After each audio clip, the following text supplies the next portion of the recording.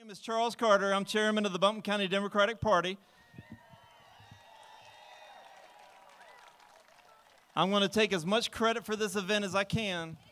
But no, actually we didn't. Our man Hayden Rogers, who is chief of staff to Congressman Shuler, when he comes up here, I want y'all to give him a huge round of applause. He has done so much to bring the president here and to make this event happen.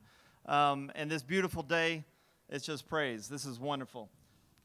Oh, say, can you see by the dawn's early light what so proudly we hail at the twilight's last gleaming, whose broad stripes and bright stars through the perilous fight o'er the ramparts we watch were so gallantly streaming, and the rocket's red glare, the bombs bursting in air, gave proof through the night that our flag was still there. Oh, say does that star-spangled banner yet wave o'er the land of the free and the home of the brave?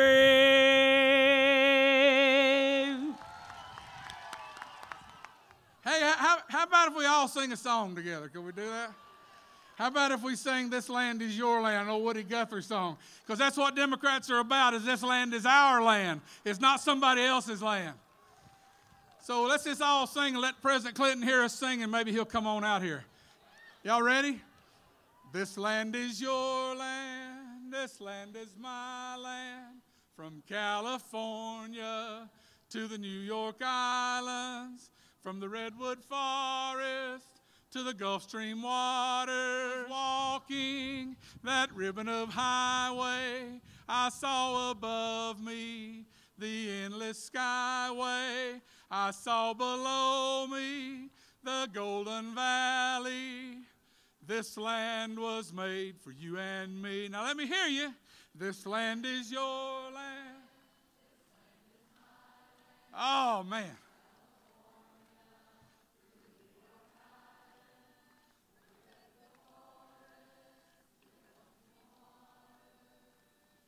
Land is me.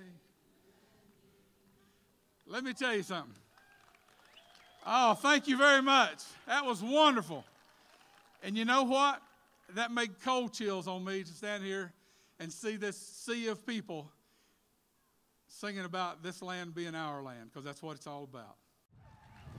Hello, Western North Carolina. I heard a rumor today that there were some folks out here, and now I can see it with my own eyes. I can't tell you how proud I am of so many people coming out, being a part of the campaign, so many people who have knocked on doors, made telephone calls, and taken people to the polls. I can't explain the moment when the person I'm about to introduce called me on the phone for the very first time. I had that exciting feeling when the president called me and said, "Sir, our country needs you.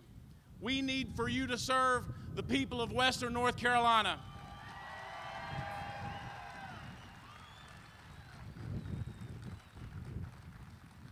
He has become a friend. He's become a mentor, and someone that this country, we can't say enough great things about what he is able to bring to our country.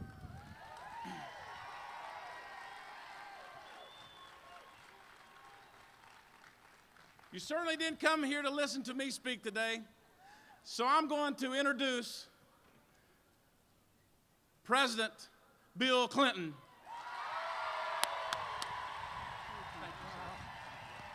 Thank you.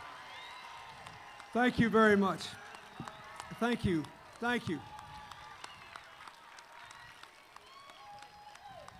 Wow, thank you. Well, first of all, I want to thank Heath for giving me a reason to come back to one of my favorite places in America. I love Asheville. I love Western North Carolina. I came here today because our country's got a fever and people are mad and anxiety-ridden and upset, and they got every right to be. But I have lived long enough to know, even if you forget about politics, that every time you make a decision when you're mad that's important, there's about an 80% chance you'll make a mistake. And everybody who's lived long enough has done that. I see a lot of people nodding their heads. There's not a living soul in this crowd that's over 45 or so that hadn't done that a time or two. I think it's important to America that he be returned to Congress, and I'll tell you why. We got to have a lot more jobs, a lot more businesses, the money to finance them, the education and training for people to do them, and then we got to deal with this long-term debt problem. It is a serious problem. So let's talk about them one by one. Where are we going to get the jobs? I got a few notes on Heath's record here I want to talk about. Where are we going to get the jobs? I don't need that page. Every serious economic analysis, one of y'all will pick that up if it blows down there. Every serious economic analysis shows that our best chance in rural and urban areas and small towns alike to grow a lot of new jobs are in small business expansion and startups, manufacturing, especially in green energy,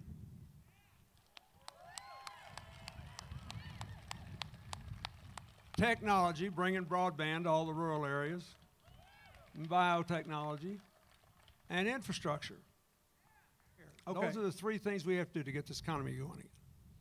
We got to get more jobs, we got to get them financed, we got to make sure people are educated and trained to do them. I'll come back to the debt. So, who's more likely to do it?